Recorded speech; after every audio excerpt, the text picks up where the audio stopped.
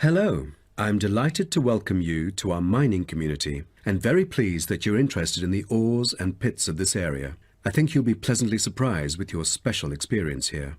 Now, let me start by giving you some warnings on safety rules and regulations. Rule number 1, always wear safety equipment. There is a litany of safety equipment that mining workers use for their protection, from helmets to safety glasses and gloves. It is essential that all workers wear the necessary safety equipment at all times. There have been countless stories of workers being saved by helmets, which are the hard hats that you can see on the shelf beside you. So, visitors wearing helmets is mandatory in the mining area, although you are free to take them off when you're in the mining museum and picnic area. You won't need to pay any deposit, though you should return them to the counter once you finish the visit. The helmets are offered in all sizes, so choose a suitable one.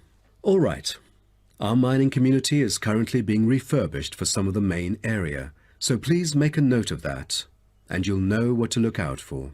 So, when you go in or out of the mine, please pay attention to the road, for it has just been repaired because of the rough surface and can be really slippery since it's still wet.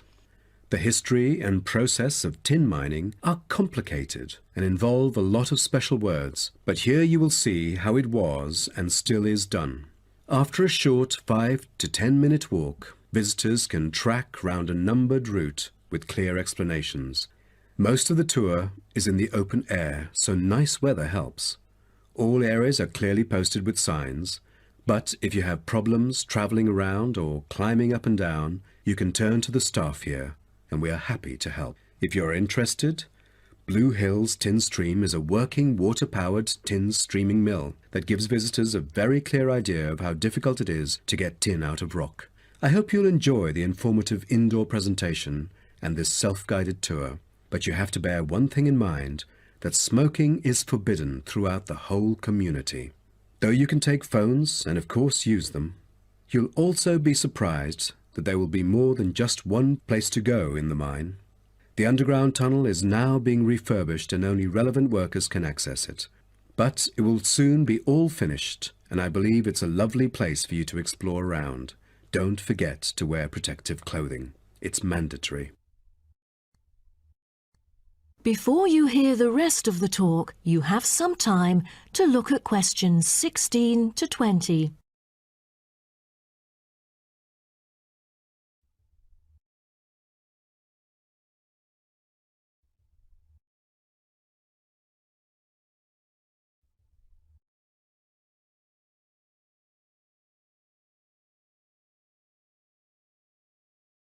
Now listen and answer questions 16 to 20. Now, let's start by seeing where you can go. As you can see on our map in the brochure I've given you, we are here at the reception block. We have a famous mill which is used for making and processing materials such as steel and coal. To visit it, just go straight ahead, north along the path in front of you, and you'll find it at the end of the path. Now, towards the east, go along the path from our starting point.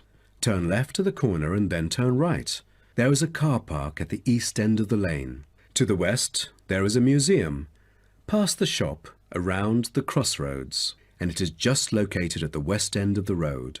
And by the way, the shop is specialized in selling a variety of ore-related souvenirs, including key rings, postcards, tin-made Lewis chessmen, and even Roman soldiers which are made from beautiful pyrite.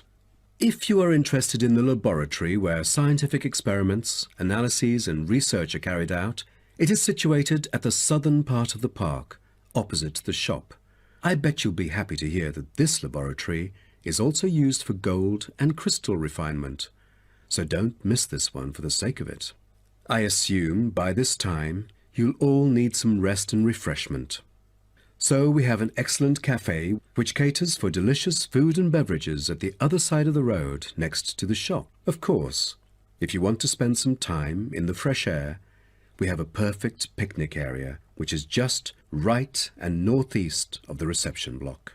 Further east, there is a path leading to the northern part of the park, and at the end of it is the toilet. Now, most of the visitors would choose to use the mailbox and send the beautiful postcards to their friends. To reach it, just...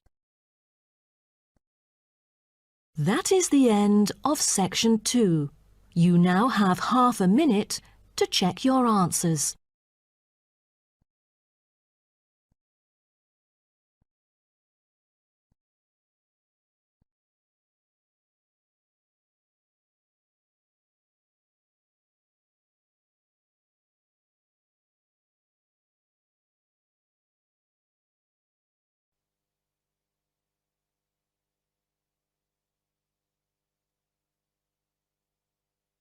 Now turn to section 3